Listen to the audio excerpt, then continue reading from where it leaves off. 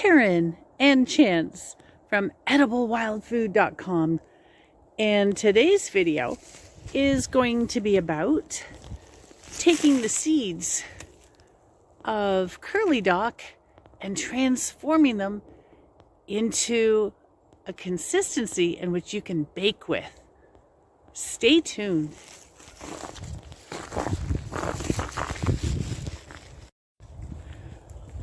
So a lot of people will ask, how do you know the difference between curly dock and bitter dock seed? And at this time of year, it's almost impossible to tell the difference unless you have some leaf structure still on the stem. Bottom line, it doesn't matter. Both are highly nutritious. I'll get into that later. And both of them end up with the same results when it comes to creating a flour and working with it in the kitchen. Anyways, I think it's time almost to get into the kitchen. We're just out here for an early morning walk. We have a freezing rain warning in effect here. So I figured I might as well get out for a stroll while we can. Before getting into the kitchen, let's take a look at what the seeds actually look like. Now this is earlier in the season when the plant is still growing. We don't use the seeds at this stage. When the seeds are fully mature, this is what they look like, and this is when they are at the point in which we can use them. When you see the seeds like this, you get a better understanding why we do not remove the chaff from the seed. It would be way too laborious, and at the end of the day, we want the chaff anyways because it's a little extra fiber in our diet. I took a screenshot of this because I thought it would be nice for everyone to take a look at what the different types of seeds look like from 4 different species of Rumex. Rumex crispus, of course, is the second from the left. And if you want a really close look, just pause the video. Curly dock seed contains protein, lysine, fiber, phosphorus, calcium, iron, potassium, magnesium, vitamins B1 and 2. What's not to like? Oh yeah, and they also contain something called I think it's pronounced anthraquinones. And these are organic compounds that are found in plants and fungi. And they have anti-inflammatory, antioxidant, antibacterial, antiviral, and anti-osteoporosis properties.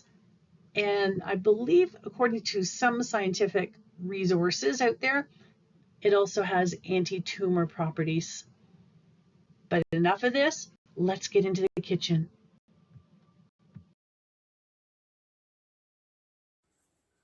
So before I go any further, if you like this video, be sure to give it a thumbs up. And if you're new to my channel, if you could do me the kindness and consider subscribing.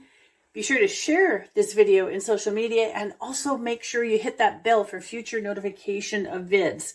Now, although more recognized for its value as a leafy green, the seeds, as I just mentioned, offer us beneficial nutrition as well. A relative of buckwheat, dock seeds are well worth foraging. Seeds appear in late summer and should be harvested when they're brown, dry, and papery. And they're often on the stem still in the winter time, so makes for some foraging opportunities in winter. When the seeds are dry, this is what you do.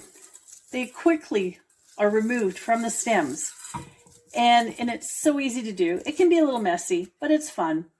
And once you've done this, make sure you let it sit for a bit to make sure there's no leaf debris or any critters, unless you want the extra protein, of course.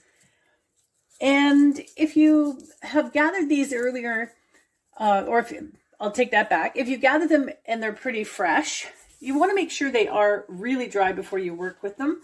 So you can also use a dehydrator. And I believe if you set it on high at 145 degrees for about 6 to 8 hours, that will suffice.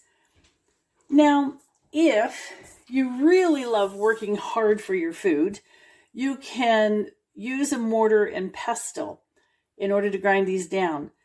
There's no way I have the time nor inclination to do that, so I use my handy dandy Vitamixer. And if you don't have one of these, a coffee grinder will do. So once you've got the seeds like this and you put them into your coffee grinder, Vitamixer, or mortar and pestle, you'll need roughly 5 cups of raw material in order to get 1 cup of flour. And once you have that flour, make sure you put it into a jar and make sure it's well sealed. And from there, you can make all sorts of really cool things, such as these delicious brownies. I've also made 2 different types of crackers with the seed, as well as soda dock bread.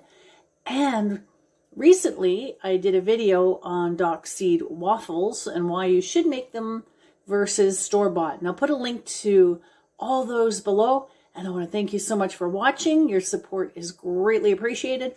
And remember, please give it a thumbs up and be sure to share in your social media. Thank you, everyone.